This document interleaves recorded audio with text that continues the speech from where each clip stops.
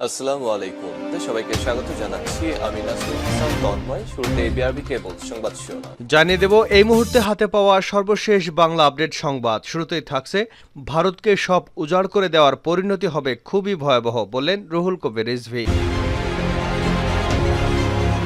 এবারে জানাবো, কয়েকটি বড় হাসপাতাল পরিদর্শন করে একজন ডাক্তার হিসেবে খুবই লজ্জা লাগছে, বললেন বর্তমান স্বাস্থ্যমন্ত্রী ডাক্তার সামন্তলাল সেন।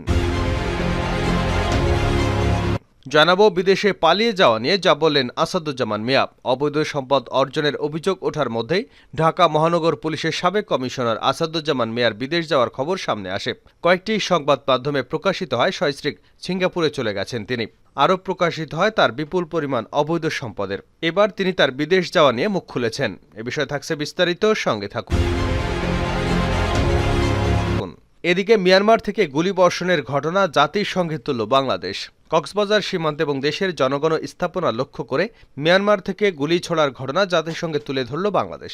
ঢাকার পক্ষ থেকে বলা হয়েছে, মিয়ানমারের যে কোনো সংঘাত তাদের অভ্যন্তরীণ বিষয়, তবে এটি যেন বাংলাদেশের জনগণ এবং সম্পদকে প্রভাবিত না করে। এবারে থাকছে, দেশের ১ ইঞ্চি মাটিও কেউ দখল করতে পারবে না। বাংলাদেশ আওয়ামী লীগের যুগ্ম সাধারণ সম্পাদক ও ঢাকা ৮ আসনের সংসদ সদস্য কৃষিবিদ আফমা বাহাউদ্দিন নাসিম বলেছেন, সেন্ট মার্টিন বাংলাদেশের একটি ভূখণ্ড। এই ভূখণ্ড বাংলাদেশের মানুষেরাই বসবাস করে। তাদের জীবনের মূল্য অনেক বেশি। তাদের জীবন এবং জীবন মান সমুন্নত রাখা বর্তমান সরকারের দৃঢ় অঙ্গীকার। এই ভূখণ্ড কারো দ্বারা ক্ষতিগ্রস্ত হতে দেওয়া হবে না। শেখ হাসিনা ক্ষমতায় থাকা অবস্থায় দেশের ১ ইঞ্চি মাটিও কেউ দখল করতে পারবে না। এবং সর্বশেষ জানাবো আন্তর্জাতিক সংবাদ, গাজায় গণহত্যায় মিশরীয় সৈন্যের কান্না। গত অক্টোবর থেকে ইসরায়েলি সৈন্যরা যখন গাজায় গণহত্যা চালাচ্ছে, তখন মিশরীয় সৈনিক মোহাম্মদ ওমর নিজেকে অসহায় অনুভব করছেন। এতক্ষণ শিরোনাম শুনছিলেন, এবার বিস্তারিত। প্রিয় দর্শক, আপনি যদি এই চ্যানেলে নতুন হয়ে থাকেন, ভিডিওটি দেখতে দেখতে চ্যানেলটি সাবস্ক্রাইব করে আমাদের সঙ্গে থাকুন। আর এই ভিডিও সম্পর্কে আপনি আপনার মূল্যবান মতামতটি কমেন্ট বক্সে জানিয়ে দিন। আর হ্যাঁ প্রিয় দর্শক, জানিয়ে দিন ভিডিওটি কোথা থেকে দেখছেন। ভারতকে সব উজাড় করে দেওয়ার পরিণতি ভয়াবহ, রিজভী। বিএনপির জ্যেষ্ঠ যুগ্ম মহাসচিব রুহুল কবির রিজভী বলেছেন, বাংলাদেশের ভেতর দিয়ে ভারতের সামরিক ও বেসামরিক পরিবহনের জন্য বাংলাদেশের বুকের উপর দিয়ে রেললাইন নেটওয়ার্ক তৈরি করার উদ্যোগ গ্রহণ করেছে ভারতীয় রেলওয়ে বোর্ড। এতে একটি স্বাধীন ও সার্বভৌমত্ব দেশের ইন্টেলিজেন্স ব্যবস্থা ভেঙে পড়বে। ভারতকে সব উজাড় করে দেওয়ার পরিণতি হবে খুবই ভয়াবহ। রাজধানীর নয়াপল্টনে বিএনপির কেন্দ্রীয় কার্যালয়ে এক সংবাদ সম্মেলনে রিজভী এসব কথা বলেন। তিনি বলেন, দেশের জনগণের ইচ্ছার বিরুদ্ধে গিয়ে বাংলাদেশের নতজানু সরকার যদি এই রেললাইন নেটওয়ার্ক বাস্তবায়ন করে, তাতে স্বাধীন বাংলাদেশের অস্তিত্ব ক্রমাগতভাবে বিলিয়ে দেওয়া হবে। দখলদার সরকার জোর করে টিকে থাকার জন্য জাতীয় স্বাধীনতা ও সার্বভৌমত্ব বেচতে শুরু করেছে। রিজভী বলেন, প্রতিদিন বিএসএফের হাতে বাংলাদেশিদের জীবন যাচ্ছে। এখন বাংলাদেশের উপর দিয়ে ভারতের সামরিক ও বেসামরিক ট্রেন চলাচলে বাংলাদেশের দুর্বল সার্বভৌমত্বের বাকি অংশটাও না নিঃশেষ হয়ে যায়। যারা বাংলাদেশের জনগণের বিরুদ্ধে গণহিংসার মনোভাব পোষণ করে, তাদের কাছে বাংলাদেশের সার্বভৌমত্বের চাবি তুলে দেওয়া হবে এই ব্যবস্থাপনার মাধ্যমে। তিনি আরও বলেন, দেশে ব্যাপক বেকারত্ব, চরম মূল্যস্ফীতি, জাতীয় রিজার্ভের ভয়াবহ পতন, ডলার সংকট চলছে, বিপুল পরিমাণ খেলাপি ঋণ, ব্যাংকগুলো খালি হয়ে যাওয়া, জ্বালানি নিশ্চয়তা ছাড়া একের পর এক ভাড়াভিত্তিক বিদ্যুৎ উৎপাদন কেন্দ্র বিনির্মাণ, হাজার হাজার কোটি টাকার ভর্তুকি দিয়ে দেশের অর্থনীতির কোমর ভেঙে ফেলা হয়েছে। ব্যক্তিগত আয় এবং জীবনযাত্রার মান দিন দিন প্রকট আকার ধারণ করছে। রিজভী বলেন, দেশের আর্থিক খাত এখন সবচেয়ে বিপর্যস্ত ও নিরাপত্তাহীন। নৈতিকতাহীন, অপচয়, অনিয়ম, দুর্নীতি, অব্যবস্থাপনার কারণে ব্যাংক খাত এখন খাদের কিনারায়। ভয়াবহ আর্থিক খাতের দুরবস্থা থেকে মানুষের চোখ সরানোর জন্য সরকার এখন নানা তামাশা ও চক্রান্তের আশ্রয় নিয়েছে। এবারের ঈদে মানুষ নিরানন্দে দিন কাটিয়েছে। কয়েকটি বড় হাসপাতাল পরিদর্শন করে একজন ডাক্তার হিসেবে লজ্জা লাগছে। স্বাস্থ্যমন্ত্রী ডাক্তার সামন্তলাল সেন বলেছেন, যে সমস্ত ক্লিনিকের অনুমোদন নেই বা চিকিৎসা সেবা দেওয়ার মতো মানসম্পন্ন নয়, সেগুলো বন্ধ করে দেওয়া হবে। প্রান্তিক পর্যায়ে স্বাস্থ্যসেবা পৌঁছে দেওয়ার জন্য সরকার বদ্ধপরিকর। আমরা সেই আলোকে কাজ করে যাচ্ছি। স্থানীয় সংসদ সদস্যরা যদি উপজেলা স্বাস্থ্যসেবা নিয়ে স্বাস্থ্য কমপ্লেক্সগুলোতে নজর দেন, তবে স্বাস্থ্যসেবার মান উন্নয়ন হতে বাধ্য।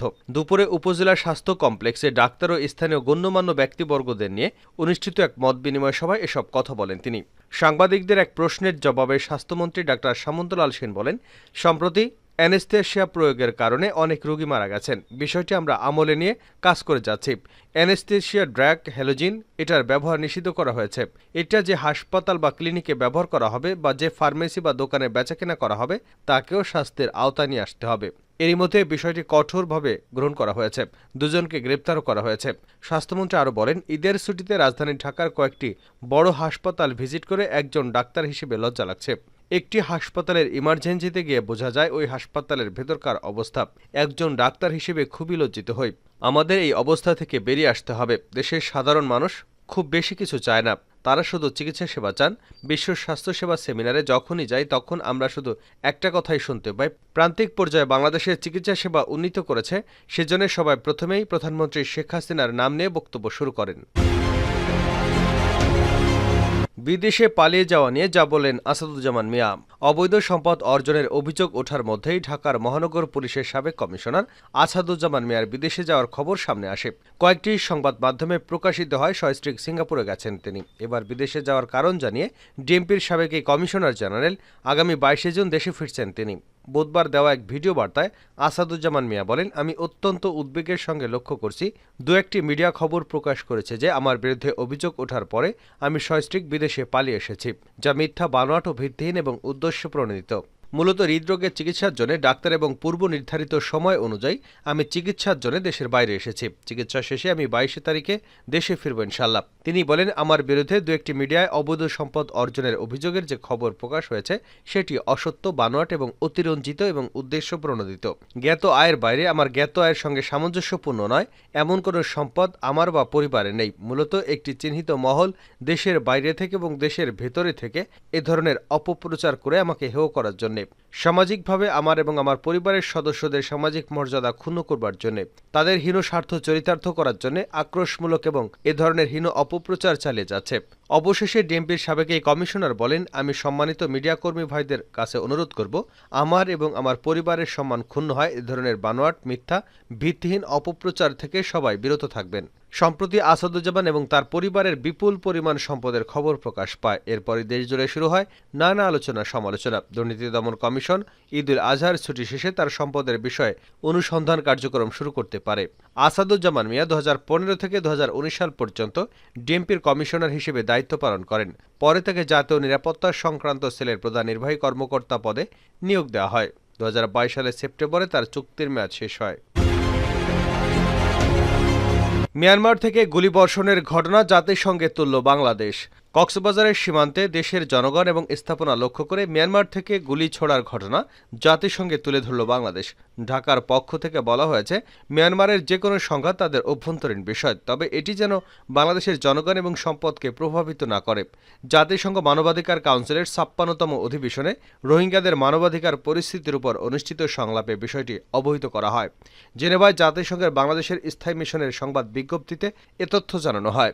সংলাপে ঢাকার পক্ষে বলা হয়, নানা সীমাবদ্ধতা সত্ত্বেও বাংলাদেশ 7 বছর ধরে প্রায় 12 লাখ রোহিঙ্গাকে আশ্রয় দিয়ে আসছে।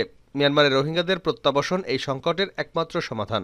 জেনেভায় বাংলাদেশের স্থায়ী মিশনের ভারপ্রাপ্ত স্থায়ী প্রতিনিধি সঞ্চিতা হক সংলাপে বাংলাদেশের পক্ষে অংশ নেন। তিনি বলেন, বাংলাদেশের রোহিঙ্গা প্রত্যাবাসন শুরুর জন্য সংশ্লিষ্ট সব পক্ষের সঙ্গে যোগাযোগ অব্যাহত রেখেছে। এ বিষয়ে তিনি রাখাইনে রোহিঙ্গাদের আত্মীকরণের জন্য তাদের জীবিকার ব্যবস্থা উন্নয়নে বিনিয়োগ করতে আন্তর্জাতিক সম্প্রদায়ের প্রতি আহ্বান জানান। তিনি মিয়ানমারের যুদ্ধরত সব পক্ষকে রোহিঙ্গাদের সুরক্ষা দেওয়া এবং তাদের নিরাপত্তা নিশ্চিত করার আহ্বান জানান।